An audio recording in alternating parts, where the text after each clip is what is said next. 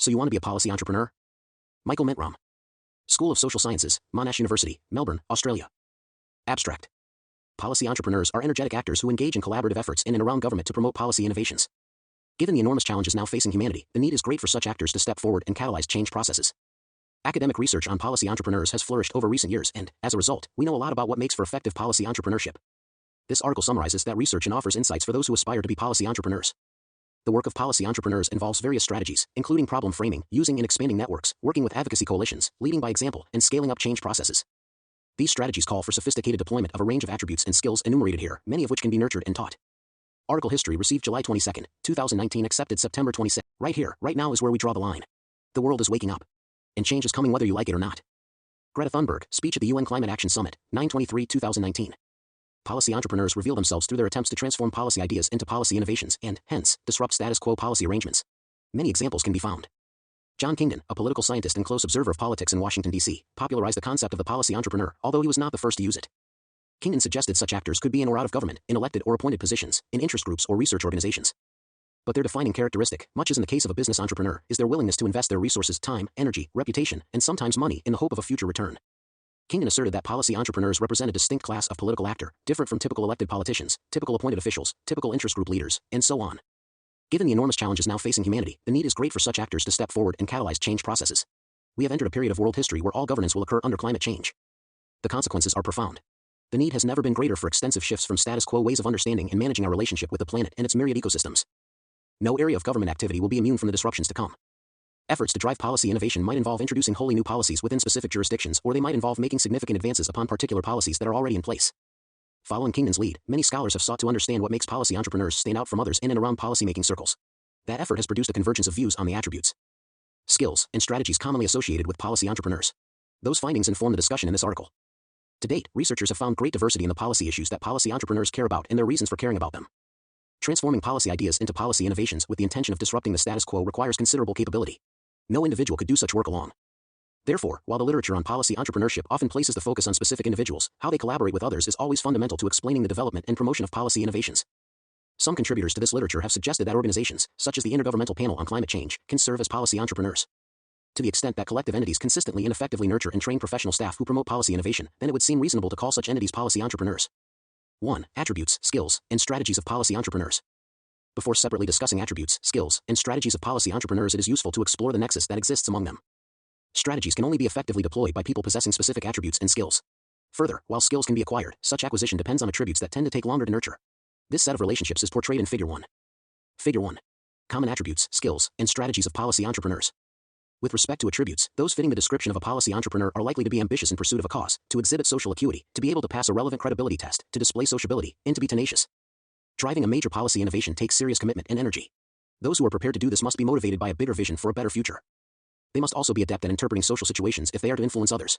Social acuity is vital then, but so too is credibility, which will always be contextually mediated. Another important attribute is sociability, the capacity to get along with others. This is key to making anything happen in politics. Tenacity is another important attribute. Policy entrepreneurship involves taking risks. So anyone wanting to keep on this path must be prepared to take some hits and get up again. Those who give up achieve nothing. The attributes of ambition and tenacity usefully serve anyone seeking to acquire new skills. Further, the process of skill acquisition can greatly assist people to build credibility among those they seek to influence. Various efforts have been made to identify the skills that serve policy entrepreneurs well as they go about their work. All of these skills would serve any professional well, and they are frequently discussed in studies of what it takes to be an effective public manager or policy analyst. Such skills, and variations upon them, are often taught in graduate degree and executive education programs. Professionals seeking to have influence during their career must have capabilities in at least some of these areas. It is especially important for professionals to be adept at collaborating with others who have skills that are different from their own but that complement them. For the purpose of this article, 7 skills are of high interest. They are strategic thinking, team building, evidence collection, making arguments, engaging multiple audiences, negotiating, and networking. Combined with the attributes already noted, these skills give policy entrepreneurs the capabilities they need to effectively deploy key strategies to develop and promote policy innovations. Those strategies will also be discussed further in a section to follow. They are problem framing, using and expanding networks, working with advocacy coalitions, leading by example, and scaling up change processes. For some years now, scholars have understood that policy entrepreneurs work at problem framing, team building, and networking. In recent years, additions to the literature have placed the spotlight on other skills, including leading by example and exploring ways to scale up change processes. All policy entrepreneurs deploy these strategies to a greater or lesser extent. As we will see, each of these strategies indicate a need for high levels of the attributes and skills identified above. When combined, they can powerfully support policy entrepreneurs as they pursue their agendas for policy change. 2. Attributes. Attributes are best thought of as inherent capabilities. Ambition, social acuity, credibility, sociability, and tenacity are attributes that would appear essential prerequisites for being an effective policy entrepreneur. Here, I briefly discuss these attributes of policy entrepreneurs in turn. While all policy entrepreneurs and many other professionals would benefit from possessing these attributes, it is not clear that such attributes can be readily acquired. This makes them somewhat different from the skills of policy entrepreneurship to be reviewed presently. 2.1. Ambition. Kingdon argued that policy entrepreneurs are defined by their willingness to invest various resources in the hope of a future return. Ambition leads people to make such investments. Further, the energy and commitment they display in pursuit of a cause enhance their credibility. As they display ambition, policy entrepreneurs get others to believe in what they are seeking to do and to join their endeavors. In his famous speech before a joint session of the United States Congress on May 25, 1961, President John F. Kennedy declared, "I believe that this nation should commit itself to achieving the goal, before this decade is out, of landing a man on the moon and returning him safely to the Earth." No single space project in this period will be more impressive to mankind, or more important for the long-range exploration of space, and none will be so difficult or expensive to accomplish. This speech clearly demonstrated ambition. Kennedy made many similar speeches in the following months, all intended to get others across the U.S. to share this ambition and get behind its achievement. 2.2. Social acuity. Policy entrepreneurship requires high levels of social acuity. Opportunities to promote policy innovations do not come along with labels on them. They need to be perceived within complex social and political contexts. Through their social acuity, policy entrepreneurs discover how people are thinking about problems. They come to appreciate the concerns and motivations that drive others. And they develop ideas about how to construct effective advocacy efforts, how to make most use of networks of contacts, and what kinds of political support, policy arguments, and evidence will serve them best in particular policymaking venues. For example, during the 20th century, many presidents of the United States sought to expand access to healthcare insurance for American citizens, especially the working poor. But President Barack Obama was the one who displayed sufficient social acuity to deduce how he might bring a disparate group of stakeholders together and maintain their support for long enough to be able to sign the Affordable Care Act into law in 2010. 2.3. Credibility. Policy entrepreneurship involves promoting policy innovations through building strong coalitions of support. To attract others to work with them, policy entrepreneurs must be deemed credible. They can achieve credibility in a number of ways. These include demonstrating expertise in a particular field, holding particular positions within or around government, or having a compelling narrative of their lives and their past achievements. Others will commit to causes only where the leading figures strike them as having what it takes to make a difference. At the time when President Kennedy advocated a moon landing, nobody else on the planet could have done so with such credibility. As a popular president of a nation that had recently proven its massive technological and military superiority, he correctly judged that others would accord credibility to his ambition to do what at that point seemed impossible. 2.4. Sociability. Although they choose particular policy innovations to advocate, policy entrepreneurs must always consider how others will respond to their ideas and ambitions. Policy entrepreneurs must possess the ability to empathize with others and understand other people's needs. This calls for high levels of sociability. Sociability is both conceptually and operationally different from social acuity. For all politicians, sociability is the lifeblood. It grants them the ability to go from discerning points of common interest between themselves and others to engaging with others in ways that make those others feel appreciated. Effective policy entrepreneurs use their sociability to expand their networks and build advocacy coalitions. In the process, they often help others to see how their specific actions can contribute to the bigger vision for policy change. For example, Mahatma Gandhi, who advocated overthrow of British rule in India via peaceful protest, went to great lengths to connect with ordinary people and win them to his cause. He spent a lot of time visiting rural communities across India, learning how to craft culturally appropriate messages that would inspire grassroots commitment to change. 2.5. Tenacity. Policy entrepreneurs must be tenacious. Tenacity is the willingness to keep working towards a bigger goal, even when that goal seems nowhere in sight. This quality is important because policy entrepreneurs typically operate in contexts that are highly complex and where the chances of achieving success can seem slim. Conveying the significance of a change effort can assist policy entrepreneurs as they seek to maintain the focus and commitment of those working with them. Martin Luther King Jr.'s famous "I Have a Dream" speech delivered from the steps of the Lincoln Memorial to the March on Washington in August 1963 is a classic statement of political tenacity in pursuit of a cause. Notice the tenacity conveyed in these words: "This is no time to engage in the luxury of cooling off or to take the tranquilizing drug of gradualism. Now is the time to make real the promises of democracy." 3. Skills. Skills differ from attributes in that they can be learned. Indeed, the skills of strategic thinking, team building, collecting evidence, making arguments, engaging multiple audiences, negotiating, and networking are all taught in various educational settings. On university campuses, such skills are most likely to be taught in schools of business, public policy, and public management. 3.1. Strategic thinking. When people think strategically, they choose a particular goal and then determine the set of actions they will need to take and the resources they will require to pursue that goal. Strategy is made challenging by the presence of other people and the uncertainty and potential turbulence others create for you as they choose their own goals and likewise figure out ways to achieve them. We should never assume that other people's observed actions and behaviors will remain unchanged in the face of our own interventions. In the language of game theory, strategic thinking is necessary in many situations because we are acting in conditions that are subject to continual change through the behavior of other rational actors. Thomas Khalil provided several useful insights on how strategic thinking aids policy entrepreneurship. These emerged through his tours of duty as a senior advisor and self-styled policy entrepreneur in the White House during the Clinton and Obama administrations. Among other things, Khalil emphasized the importance of starting out with a clear goal in mind, having a large and growing toolbox of policy solutions that could be applied to address specific problems, in developing effective ways to work with others and reduce the barriers to others supporting your proposals. In operating environments where everyone faces strong incentives to be highly professional and highly strategic, policy entrepreneurs must be adept at playing the game. 3.2. Team building. Like their counterparts in business, policy entrepreneurs must be team players. Individuals are often the instigators of change, but their strength does not come from the force of their ideas alone, or from their possession of superhuman powers. As Petridou has observed, entrepreneurial actions are carried out by teams and not just one heroic, lonely individual. Policy entrepreneurs who get along well with others and who are well connected in their local policy contexts are more likely to achieve their policy goals. That is because they understand the ideas, motives, and concerns of the people whose support they must garner. Often, the gathering of political intelligence and development of strategy happens in team settings. A classic example was reported by Roberts and King. In their study of policy entrepreneurs promoting school choice in Minnesota, these researchers observed the formation of a tight-knit team of policy entrepreneurs. The team included people outside of the legislative process who had developed ideas inspired by their grassroots connections, as well as seasoned legislators who knew every detail of parliamentary procedures and understood effective ways to secure policy change. Mintrom reported similar kinds of team interaction in other jurisdictions in the United States where school choice has been pursued. 3.3. Collecting evidence. Policy entrepreneurs must be adept at collecting evidence and using it strategically to support their quest for policy change. John Kingdon wrote about this, focusing on the way that evidence can be collected and used to highlight problems that require responses. Likewise, Diane Stone has drawn attention to the ways that evidence is used in policymaking. There are two key aspects to collection of evidence.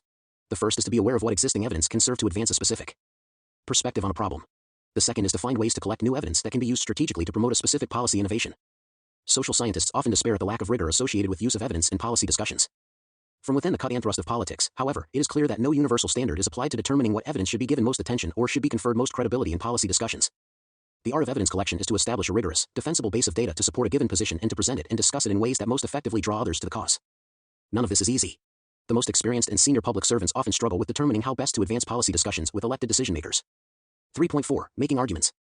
Collecting evidence, while an important activity, becomes most powerful for advocacy purposes when that evidence is used to make compelling arguments. Policy entrepreneurs need the skill of making arguments effectively if they are to have the kind of influence they need to achieve policy change.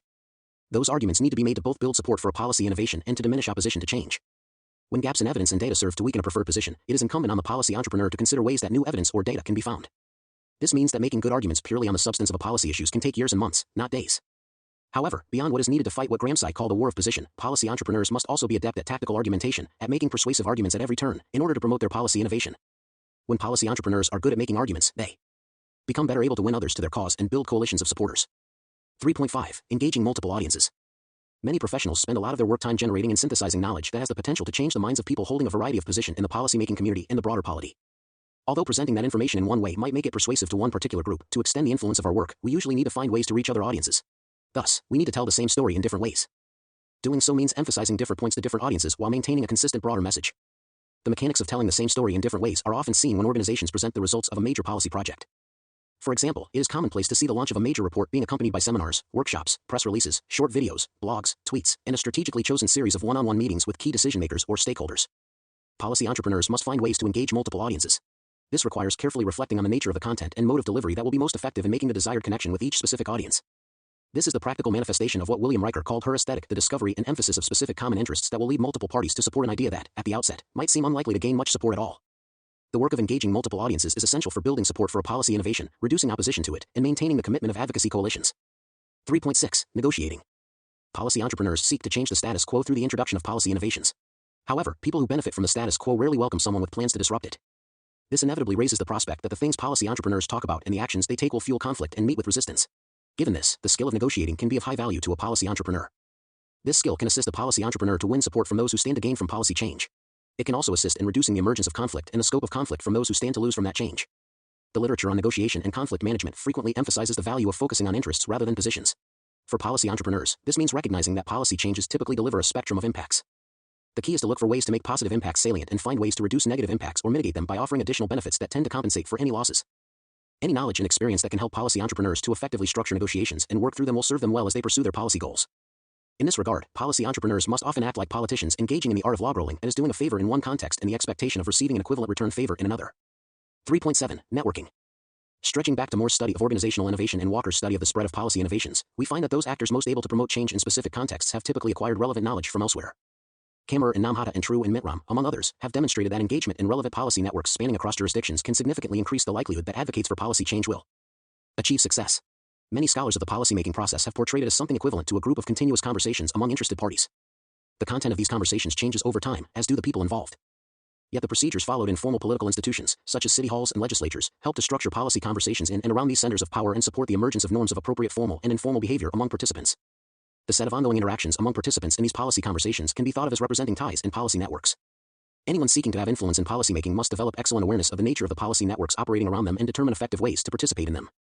Often the most important connections get made via intermediaries, a phenomenon that sociologist Mark Granovetter coined the strength of weak ties. 4. Strategies. The attributes and skills of policy entrepreneurs reviewed above offer important insights into how such individuals manifest themselves in the world and how they work with others. These attributes and skills contribute to the effective deployments of key strategies we will now discuss. In reviewing common strategies of policy entrepreneurs, I do not seek to rank their relative importance. All policy entrepreneurs deploy these strategies to a greater or lesser extent. Some rely more heavily on specific strategies rather than others. This reflects the nature of the political contexts they are operating in and their own capabilities. For example, some policy entrepreneurs might show themselves to be highly adept at framing or reframing policy problems. In the process, they can make it easier to draw together coalitions of people supporting the policy innovations they are promoting.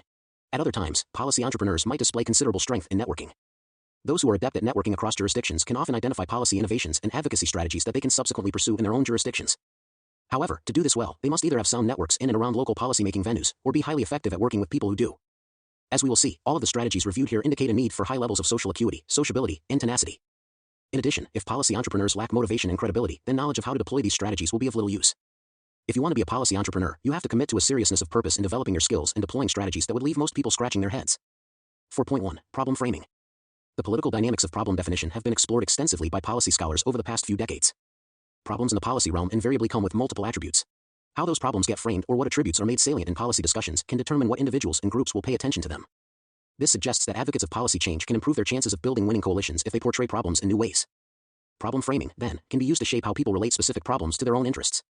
Viewed in this way, framing of policy problems is always a political act. Effective problem framing requires the combination of social acuity with skills in conflict management and negotiation. There are several common tactics that policy entrepreneurs use when framing problems. Among other things, these tactics include presenting evidence in ways that suggest a crisis is at hand, finding ways to highlight failures of current policy settings, and drawing support from actors beyond the immediate scope of the problem. Recent work by DeWolf and Bowen has emphasized the interactional nature of problem framing. This casts policy entrepreneurs as conversationalists who construct the meaning of situations through discussion with others, rather than as architects who establish frames in advance of discussion, with the intention of using rhetorical skills to persuade others to adopt them as is. Ken Livingstone, the former mayor of London, did much to create the highly influenced C40 group. His actions offer a lesson in the power of problem framing.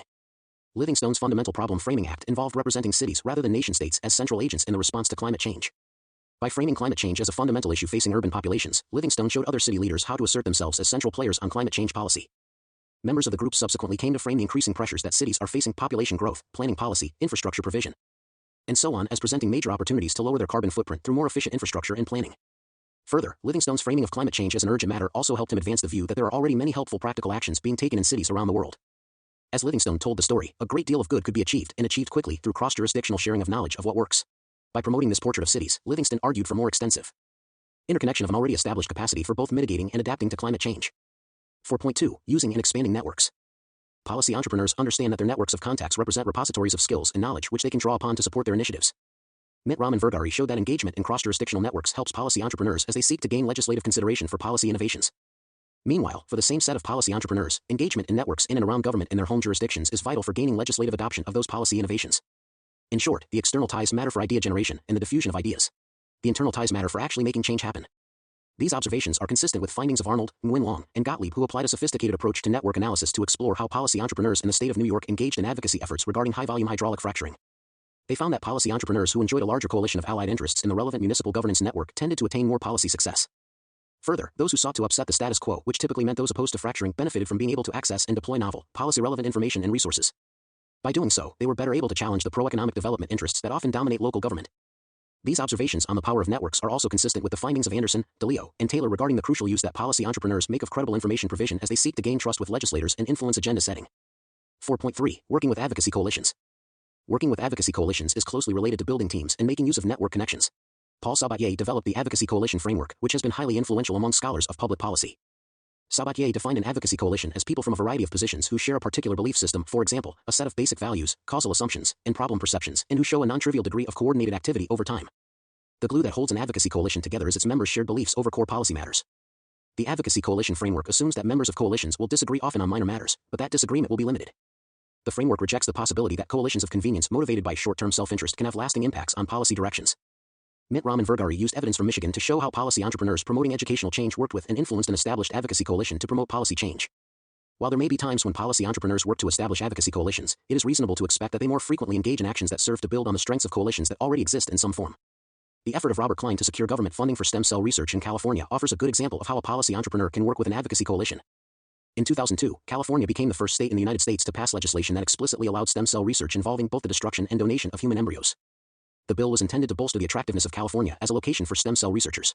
No new funding was associated with passage of this law. The subsequent political action that opened up major funding streams for stem cell research in California revolved around the drafting and approval of a citizen proposition, Proposition 71, the California Stem Cell Research and Cures Act of 2004.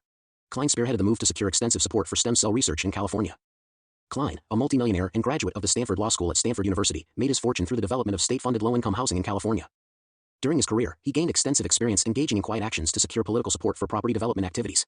Klein sought to convince the voters of California to support Proposition 71. To do so, he first had to engage in a great deal of intermediate work to gain support from powerful allies. He did not build a new advocacy coalition from the ground up. Rather, he found ways to bring together a range of entities already working in advocacy coalitions. Part of his genius involved encouraging these coalitions to work together in a coordinated fashion to support the policy change he was seeking. On this score, it is useful to observe that universities in the state, which stood to gain financially from the initiative, assisted in development of the proposition. Universities have good reason to be completely across all relevant state legislation. Consequently, they could support Klein without deviating from their standard operating procedures. Yet, in the process, they solved a potentially huge problem for Klein: how to devise a proposition that would achieve what was intended while still garnering a winning proportion of voter support. Other entities contributed in other ways, and in so doing became part of the coalition supporting the proposition. The size of a coalition can be crucial for demonstrating the degree of support a proposal for policy change enjoys. Just as importantly, the composition of a coalition can convey the breadth of support for a proposal. That is why policy entrepreneurs often work to gain support from groups that might appear as unlikely allies for a cause. Used effectively, the composition of a coalition can help to deflect the arguments of opponents of change. In the case of Bob Klein with Proposition 71, he found ways to make his proposal attractive to many ordinary citizens in the state. Most obviously, he took his own story of having a son fighting debilitating diabetes to build support from others who could identify with him or who knew of families with loved ones who could benefit from advances in stem cell research. 4.4. Leading by example. Leadership by example is another way that policy entrepreneurs can effectively promote their proposals for policy innovation. Leading by example helps to make the pursuit of policy change believable. Risk aversion among decision-makers presents a major challenge for actors seeking to promote significant policy change. Policy entrepreneurs often take actions intended to reduce the perception of risk among decision-makers. A common strategy involves engaging with others to clearly demonstrate the workability of a policy proposal. For several decades, those promoting deregulation of infrastructural industries in the United States, both at the state and national level, relaxed regulatory oversight in advance of seeking legislative change. These preemptive actions reduce the ability of opponents to block change by engendering fears about possible consequences. For similar reasons, foundations have funded pilot projects associated with expansion of health insurance coverage, the use of school vouchers, and support for early childhood education programs. In all instances, the creation of working models of the proposed change serve to generate crucial information about program effectiveness and practicality. When they lead by example, taking an idea and turning it into action themselves, agents of change signal their genuine commitment to improve social outcomes. This can do a lot to win credibility with others and, hence, build momentum for change. Further, when policy entrepreneurs take action, they can sometimes create situations where legislators look out of touch. In such situations, the risk calculations of legislators can switch from a focus on the consequences of action to a focus on the consequences of inaction. 4.5. Scaling up change processes. Those seeking to promote broad policy change must pay careful attention to scaling up their advocacy efforts. Often, this requires starting off by securing desired changes in one jurisdiction and then using those changes as evidence to support changes in other jurisdictions. Earlier, I mentioned the case of Ken Livingstone with climate change as an illustration of effective problem framing. The case also illustrates how scaling up can occur. Livingstone was incredibly successful in building upon long-established linkages among large cities around the world to promote his agenda for action on climate change. His activism to bring other cities on board and to then create partnerships between C40 and other advocate organizations resulted in remarkable success in terms of the scaling up of advocacy. In a different way, William Hague, British Foreign Secretary, was also highly successful in scaling up support for efforts to prevent sexual violence against women. Sexual violence during war and conflict is not a new phenomenon, but its use in contemporary war and conflict appears to have increased. Since the mass rapes that took place in Bosnia-Herzegovina and Rwanda in the 1990s, widespread, systematic use of sexual violence has been documented in many conflicts. In 2000, the UN Security Council adopted its first resolution on women, peace, and security. Resolution 1325 recognized the impact of armed conflict on women and girls. As British Foreign Secretary, William Hague mobilized the UK government and the international community around his Preventing Sexual Violence in Conflict initiative, which he launched in 2012. The launch took place at a screening of Angelina Jolie's film In the Land of Blood and Honey. As well as being an American actress, Jolie was at the time Special Envoy of the UN High Commissioner for Refugees. Hague's well-chosen actions had cascade effects that prompted further change initiatives led by others elsewhere around the globe. 5. Conclusion. Policy entrepreneurs are energetic actors who engage in collaborative efforts in and around government to promote policy innovations. Policy entrepreneurship is tough work. It often takes a lot of courage. By definition, the pursuit of change, unless it is a very tame kind of change, is highly disruptive. Against that backdrop, most policy entrepreneurs will be viewed by a few people as heroic and by everyone else as troublemakers or crazies. That is because change makes many people feel uneasy. But, as Steve Jobs famously reminded us, the crazy ones are the ones who push humanity forward. They begin with a desire to change the world. And sometimes they achieve it. This article is for those who desire to make a difference, who recognize the enormous challenges now facing humanity, and the need for individuals to step forward and catalyze change. By setting forth research-based observations about the attributes and skills required of policy entrepreneurs and common strategies they employ, I have sought to give those who desire to drive policy innovation a better sense of what it takes and how it might be achieved. Disclosure Statement.